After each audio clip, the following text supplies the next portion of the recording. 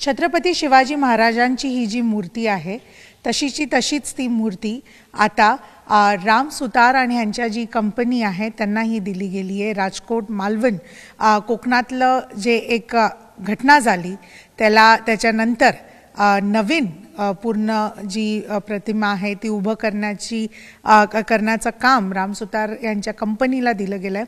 मी यांच्या वर्कशॉपमध्ये आली आहे। आपण बघतो की इथे वेगवेगळ्या स्टॅच्यूज बनल्या गेल्यात। आपल्याला सगळ्यांना माहिती आहे यांच्याच कंपनीद्वारा वर्ल्डचा सर्वात मोठा स्टॅच्यू ऑफ युनिटी जे गुजरातमध्ये आहे, सरदार वल्लभभाई पटेल यांची जी प्रतिमा आहे, स्टॅच्यू आहे, ते यांनीच बनवलेली आणि आज कोकणातली ही जी प्रतिमा आहे ते हेच बनवणार असा समजून येत आहे।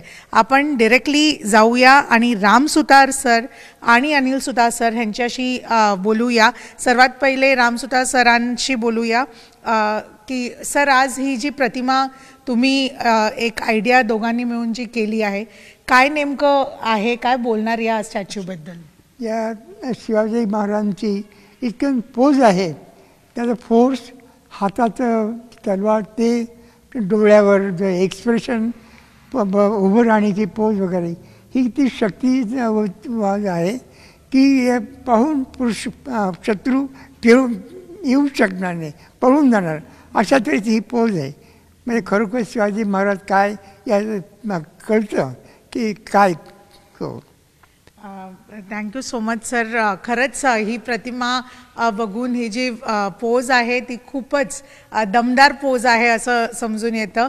अनिल सुतार सर, तुम्ही थोडंसं डिटेलमध्ये एक्सप्लेन केलात तर, कारण की तुम्हाला म्हणजे एक नॉर्मल रिस्पॉन्सिबिलिटी असते, पण जेव्हा एक इतकी मोठी घटना घडते नंतर एक डबल रिस्पॉन्सिबिलिटी म्हणून येतं आणि ज्या प्रकाराने सगळं ते झालं त्याच्यात निश्चित एक चूक दिसून आलेली। म्हणून कशा प्रकाराने आताची प्रतिमा उभी केली जाणार, काय एक नेमकं त्याची कल्पना असणार?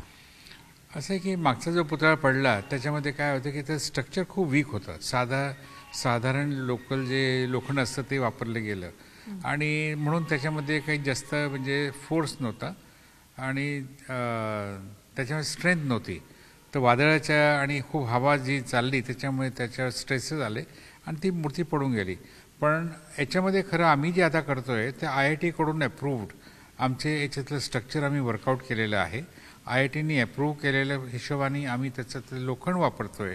लोखंड म्हणजे साधं लोखंड नाही आहे, हे स्टेनलेस स्टील आहे आणि त्याला एक स्पेशल ग्रेड असं आहे की त्याच्याने खूप जास्त मजबूती आहे, त्याला ड्युप्लेक्स स्टील म्हणतात आणि ते खूप म्हणजे मोठे मोठे स्ट्रक्चर ज्याच्यामध्ये खूप स्ट्रेंथ पाहिजे असते, ब्रिजेस आहे, टॉल स्ट्रक्चर्स आहेत, त्याच्यामध्ये ते वापरले जातं।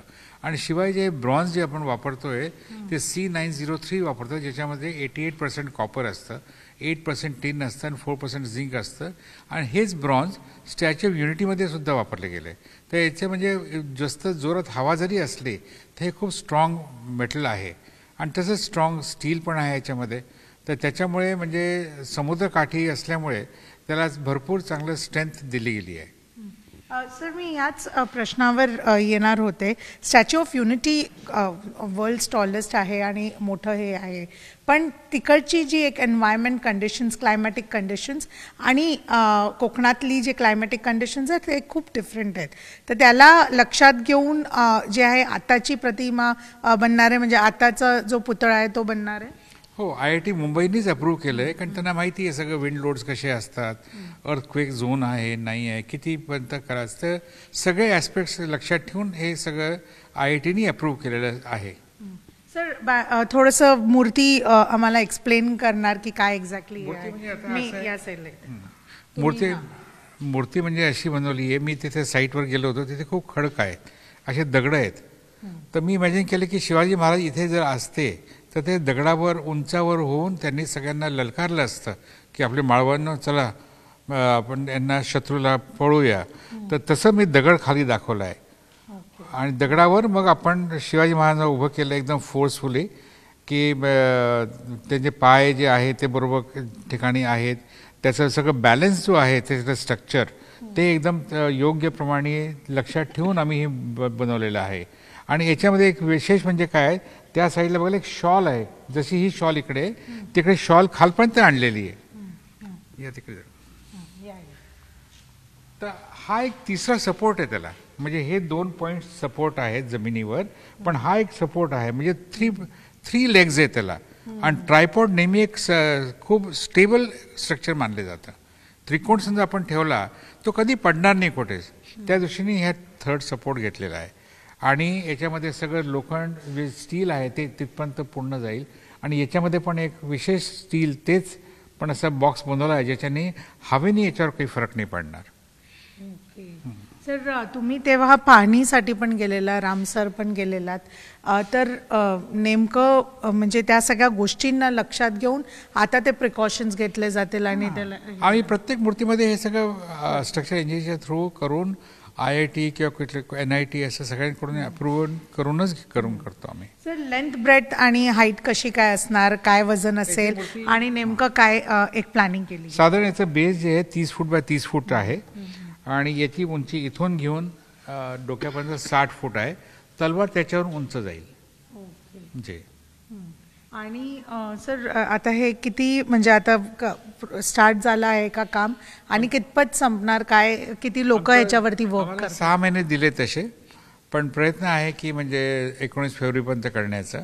पण म्हणजे कारण मोठा पुतळा आहे तर आम्ही रात्रंदिवस काम करतोय. आता खालून 20 फुटापर्यंत आमचं कास्टिंग ऑलरेडी झालेलं आहे आणि आता बाकी इथून आता कास्टिंग सुरू करतोय आम्ही. तर बाकी असं त्याला फिनिश करत जावं लागतं, त्याला कास्टिंग करायला लागते. आता याचं जे स्टील आहे म्हटलं ते आम्ही ऑर्डर केलेलं आहे, ते 4-5 दिवसात येईल इकडे. मग त्याचं स्ट्रक्चर म्हटलं सुरू होईल.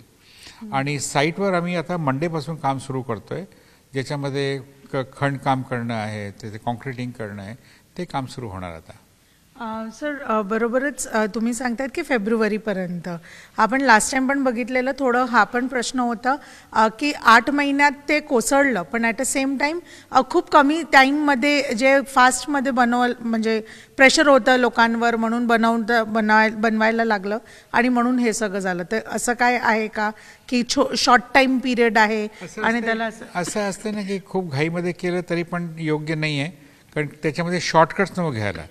जर आपल्याकडे पर्याप्त मॅनपॉवर असली आणि आपण कास्टिंग करू शकलो टाईमच होऊ पण शकतं. पण आम्हाला 6 महिन्याचा वेळ दिला आहे तर आम्ही विचार करतो की सविस्तर काम पण व्हायला पाहिजे, खूप घाई गडबडीत नको. तर आमचा प्रयत्न आहे रात्रंदिवस काम करून किती होऊ शकतं आम्ही प्रयत्न करतोय. किती लोक सर ह्याच्यात इन्वॉल्ड आहेत, तुमची टीम किती लोकांची आहेत आणि म्हणजे काय नेमकं थोडंसं अजून थोडं डिटेल तुमच्या वर्कफोर्सबद्दल? आमच्याकडे 90 लोक आहेत, 90-100 लोक आहेत जे याच्यावर काम करतात आहे. अच्छा, डे अँड नाईट काम करतात. आणि ते आपल्या महाराष्ट्राचेच आहेत की नाही, ते UP-कडचे इकडचे लोक आहेत सगळे. Okay okay. जी सर एक टाइम आहे जेव्हा तुम्हाला स्टॅच्यू ऑफ युनिटी वगैरे तुम्ही सगळ्यांनी जे बनवलं तो आज पण खूप फेमस आणि हिट आहे, तसंच हा पण असेल असं लोकांची अपेक्षा आहे. थोडं स्टॅच्यू ऑफ युनिटी मध्ये किती दिवस लागलेले आणि काय नेमकं हे होतं, काय चॅलेंजेस होते रादर टॉलडेस्ट तुम्ही असं बनवलं? स्टॅच्यू ऑफ युनिटी म्हणजे 522 फूट उंच पुतळा आहे आणि त्याचं म्हणजे इंजिनिअरिंग टोटली डिफरंट होतं. त्यामध्ये कॉन्क्रीट आहे, स्टील आहे आणि शिवाय मग ब्रॉन्झचं कास्टिंग करणं. तर हे सगळं म्हणजे जो 1700 टन त्यात ब्रॉन्झ लागलेलं आहे त्याच्यामध्ये आणि त्याच्यावर जवळजवळ 200 ते 300 लोक काम करत होते 3.5 वर्षापर्यंत. तर ते वर्कफोर्स पण खूप लागले, 3.5 वर्ष पण लागले त्याच्यामध्ये. चालेल. म्हणजे काहीच दिवसात सोमवारपासून ऑन साईट छत्रपती शिवाजी महाराजांना लक्षात घेऊन जे आहे तो पुतळा आणि त्याच्यावरती काम सुरू होणार आणि काहीच दिवसात म्हणजे फेब्रुवारीपर्यंत वगैरे असं सुतार फॅमिली आणि सुतार जी कंपनी आहे त्यांच्या थ्रू आपल्या सगळ्यांमध्ये छत्रपती शिवाजी महाराजांचा पुतळा परत उभा राहील. तसंच आणि त्याच रुबाबदारीने आणि त्याच सुंदरतेने असं समजून येत आहे. दिल्लीहून व्हिडिओ जर्नलिस्ट पियुष यांच्याबरोबर मी उर्वशी खोना, झी मीडियासाठी.